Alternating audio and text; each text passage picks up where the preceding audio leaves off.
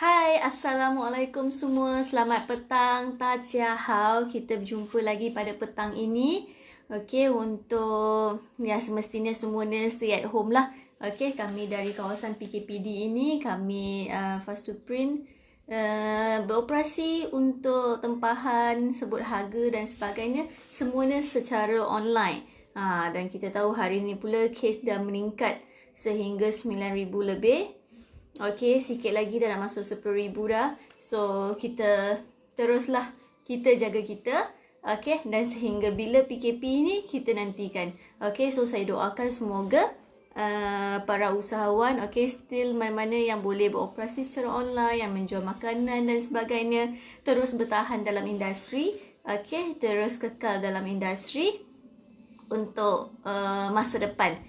Okay, so pada hari ni, sepanjang minggu ini, okay, hari ni dah hari Jumaat. Sepanjang minggu ini saya dah share dah cara-cara untuk mengukur stiker, jenis-jenis stiker di pasaran. Even saya dah share 2 hari lepas perbezaan antara stiker yang berada di pasaran. Contohnya Mirror Code, White PP, White PVC. Apakah kegunaan setiap stiker itu? Okay, so hari ni pula saya nak share apa maklumat penting ataupun maklumat yang wajib ada dalam setiap stiker produk. Okey, yang saya kali ni saya spesifikkan kepada stiker produk. Sebab stiker ada banyak jenis. Kita ada stiker motor, kita ada stiker kereta, stiker kelab. Okey, so hari ni saya nak fokuskan kepada stiker produk. Okey, ada 4 maklumat penting ataupun 4 maklumat wajib ada. Okey, yang 4 maklumat ni yang wajib ada untuk setiap stiker produk. Yang pertama sekali adalah jenama. Apa jenama produk itu? Contohnya, Milo. Okey, ini saya kata untuk produk lah. Okey, untuk packaging produk. Okey, tapi yang saya nak labelkan adalah untuk, yang saya nak highlightkan adalah untuk stiker. Okey, perkara pertama yang paling penting adalah jenama. Okey, contohnya untuk Milo. Kita tahu Milo adalah satu jenama. Okey, produk dia sebenarnya nama produk dia sebenarnya adalah minuman coklat. Okey, so Milo adalah jenama dan pengilang dia, okey, ataupun pengeluarnya adalah Nestle. So itu sebagai contoh lah. Okey, so sama juga dengan misalnya brand kita Maggi. Okey, Maggi itu adalah satu jenama dan nama produk itu adalah mi segera. Contohnya. Okey, so antara 4 perkara utama yang wajib ada dalam stiker labeling, okey, stiker produk misalnya, yang pertama tadi adalah jenama, yang kedua adalah nama produk. Contohnya seperti nama produk, apakah produk itu? Curry puff, okey, popiah, roti canai, roti prata, itu adalah nama produk. So, sama seperti yang saya katakan tadi, contohnya jenama Milo, nama produk dia adalah minuman coklat. So, itu antara 2, okey, dah 2 yang wajib ada dalam stiker labeling. Okey, untuk yang ketiga pula, biasanya adalah contact number ataupun website ke, Facebook ke, nama ke, nombor telefon ke, apa lagi kadang-kadang mungkin ada yang tak nak letak nombor telefon sebab produk itu mungkin untuk produk untuk ejen. Okey, untuk ejen hubungi, tapi still ada maklumat kilang. Okey, siapakah pengeluarnya? Sebab apa kadang-kadang biasa kita akan letak nombor kontak, okey, supaya customer boleh repeat order. Okey, dengan memesan semula. Dan yang keempat adalah ramuan. Okey, apa yang terkandung dalam produk kita? Contohnya ada susu, ada gula, ada garam dan mungkin ada yang tidak maklum. Maksudnya susunan untuk ingredients ataupun ramuan sepatutnya dimulakan dengan ramuan yang paling tinggi dalam produk tersebut. Contoh, biskut. Ramuan paling tinggi dalam tu adalah tepung. Contoh ramuan paling tinggi adalah tepung. Diikuti dengan gula, diikuti dengan butter. So, produk ingredients yang pertama perlu start dengan tepung, gula dan seterusnya butter. Okey, so daripada situ sebenarnya kita boleh tahu. Okey, contohnya produk yang tinggi gula. Okey, dia akan depan sekali dia akan start dengan gula. So, mana yang dimulakan dulu, maka itu adalah lebih tinggi kandungan ingredients dia. So itu salah satu tips dia lah. Okay, so itu adalah antara 4 yang wajib ada. Saya ulang semula ya. Yang pertama adalah jenama, okay, ataupun brand, okay, brand kepada produk tersebut. Yang kedua adalah nama produk ataupun jenis produk. Okay, contohnya brand tadi Milo, nama produk adalah minuman coklat. Yang ketiga adalah maklumat kontak, maklumat untuk dihubungi, maklumat kilang. Okay, dan yang keempat adalah ramuan. Okay, itu adalah 4 yang paling basic. Okay, contohnya ini adalah antara, kalau saya tengok saya mungkin dari ini terbalik lagi, tak apa. Saya tunjuk. Okay, ini adalah contoh. Okay, ini adalah contoh stiker produk yang saya katakan ada keempat ciri wajib. Okay, yang pertama brand. Ini adalah brand. Okay, ini adalah antara customer kami lah. Okay, customer tetap kami. Ini adalah brand Nakik. Okay, ini adalah jenama dia. Yang kedua, apakah nama produknya? Apam gula hangus. Okay, sebab jenama ini sendiri ada banyak produk. Okay, so ini adalah nama produk dia. Yang kedua adalah maklumat pengeluar. Okay, di bawah ini. Maklumat kilang dia.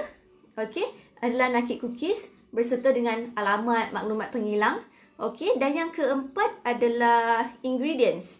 Yes, di sini. Ramuan. Okey, ramuan berada di sini. Okey, so contohnya untuk apam gula hangus ni ramuan dia tepung gandum, gula, margarin dan telur. So biasa itu adalah susunan ramuan mengikut kuantiti. Okey, so itu adalah antara 4 perkara wajib yang perlu ada di setiap stiker. Okay, so ini pula yang kedua contohnya. Okay, yang ni yang memang maruku paling top lah. Okay, yang juga memang regular customer kami. Okay, so still ada 4 perkara tersebut. Yang pertama, maruku wet. Ini adalah jenama dia. Okay, dan nama produk maruku. Dan ini perisa cheese. Okay, cheesy. Okay, itu untuk maklumat dia. Yang ketiga, okay, untuk stiker ini tiada maklumat untuk dihubungi. Kenapa? Sebab stiker ini dibuat untuk ejen-ejennya juga. So, ejen-ejen biasa akan tinggalkan contact number, details dekat bawah ni. Secara manual lah. Sebab yang ini kami buat terus kepada pengeluar, kepada founder produk ini. So, untuk ejen, dia tinggalkan kotak kosong untuk ejen.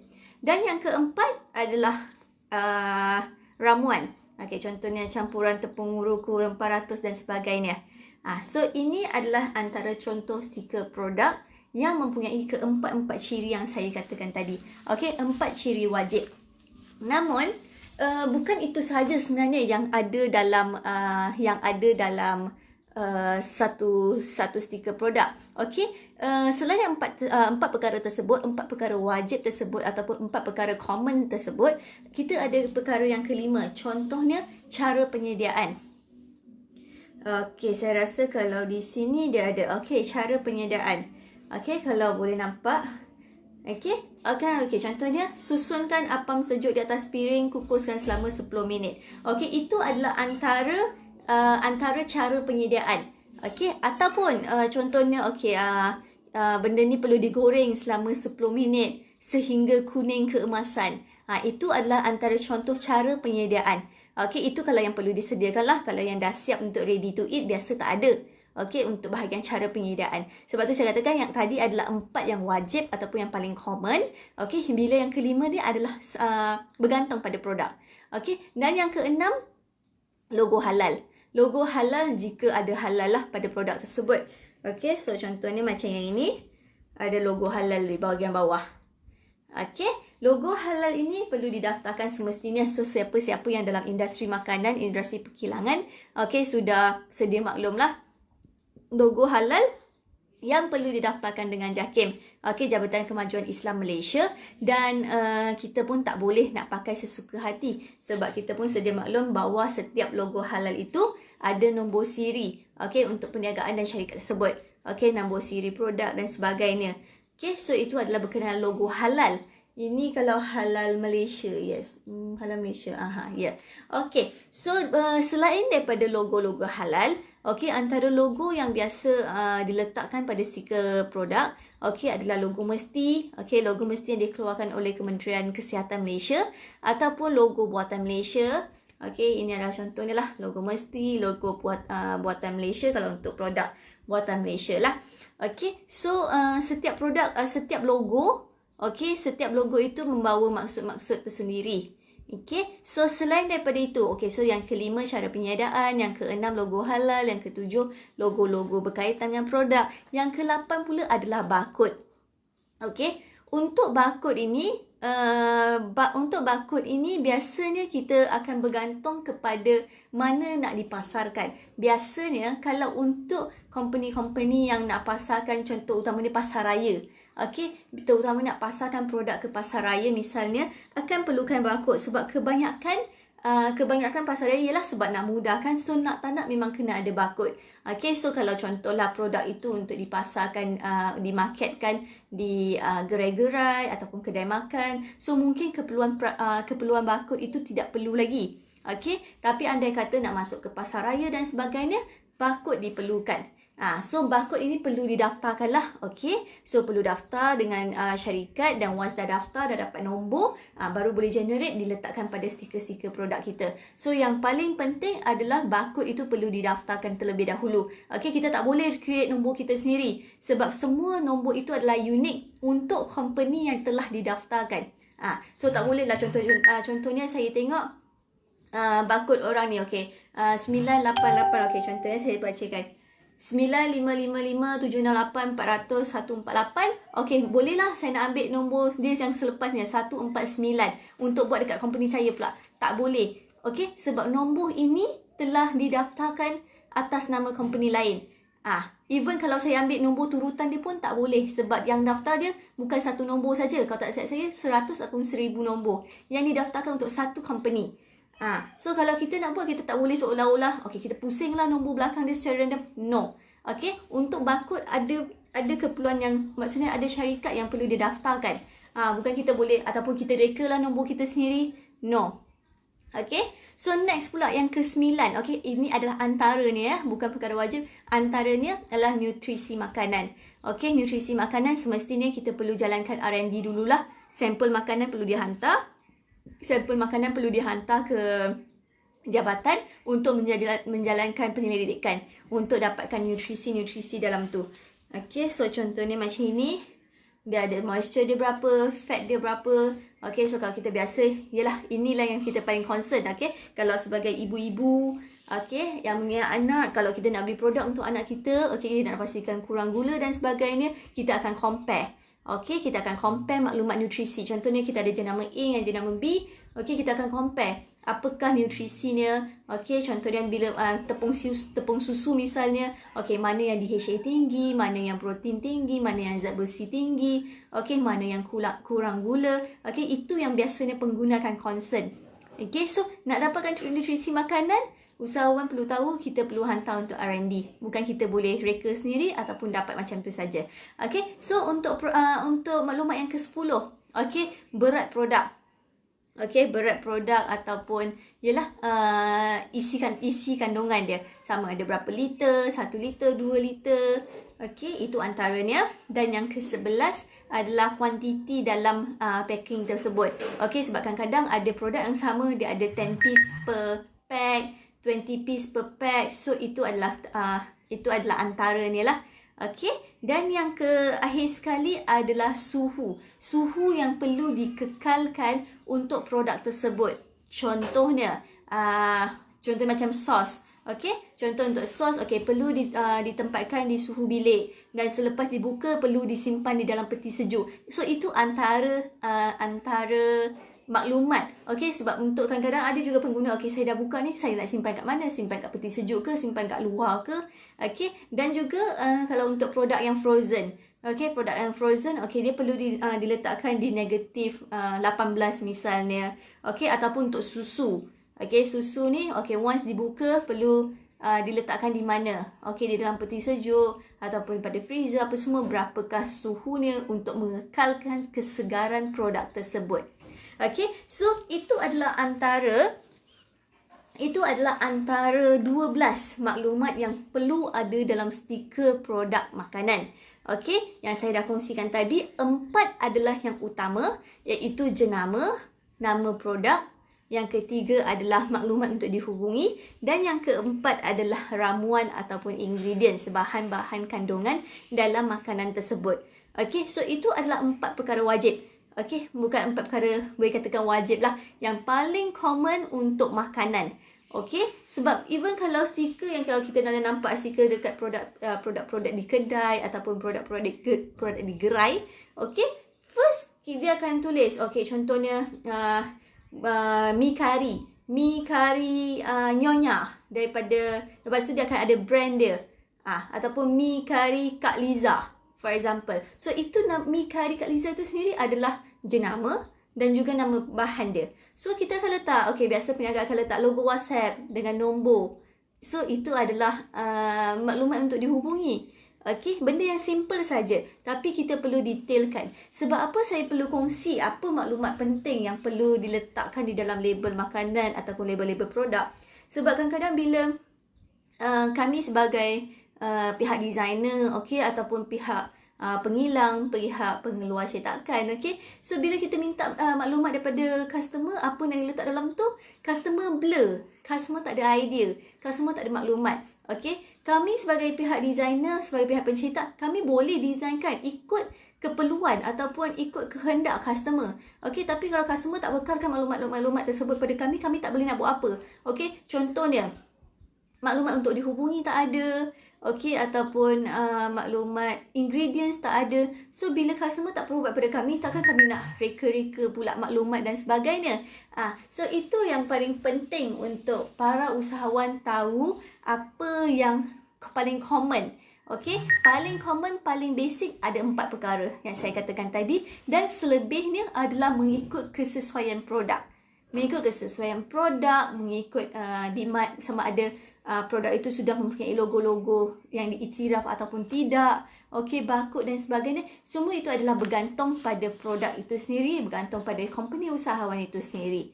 Okey, so itu sedikit perkongsian mengenai stiker. So saya rasa sepanjang minggu ni memang minggu yang padat dengan penjelasan mengenai stiker. Kita ada cara mengukur stiker. Okey, mana yang tertinggal, boleh tengok semula live saya sebelum-sebelum ini. Saya dah terangkan mengenai cara mengukur stiker, jenis-jenis stiker yang berada di pasaran, perbezaan stiker-stiker, mirror code, YPP, YPVC, ultra clear stiker, windscreen stiker dan sebagainya.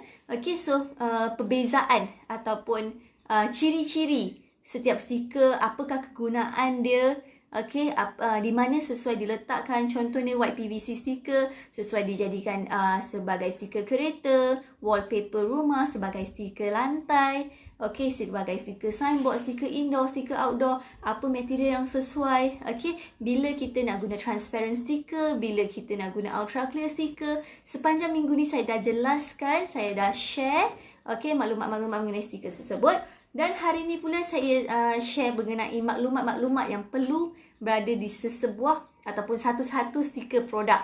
Okey. So saya harap perkongsian saya sepanjang minggu ini mengenai stiker, okey, dapat memanfaatkan usahawan-usahawan di luar sana, okey, dapat memanfaatkan orang ramai. So jangan lupa untuk follow, like dan share, okey, Facebook page kami Fast to Print, dan juga subscribe dan on notification untuk YouTube channel kami. Anda yang penting anda perlu on notification untuk live Facebook page kami dan juga untuk YouTube kami, supaya setiap kali kami live, setiap kali kami beri perkongsian, dapat memanfaatkan usahawan-usahawan, dapat memanfaatkan tuan-tuan dan puan-puan dan juga kawan-kawan anda dengan share ataupun perkongsian daripada anda. So itu saja buat hari ini. Okey, esok kita akan jumpa lagi untuk tajuk yang lebih menarik. Okey, saya akan buat sharing lagi hari esok.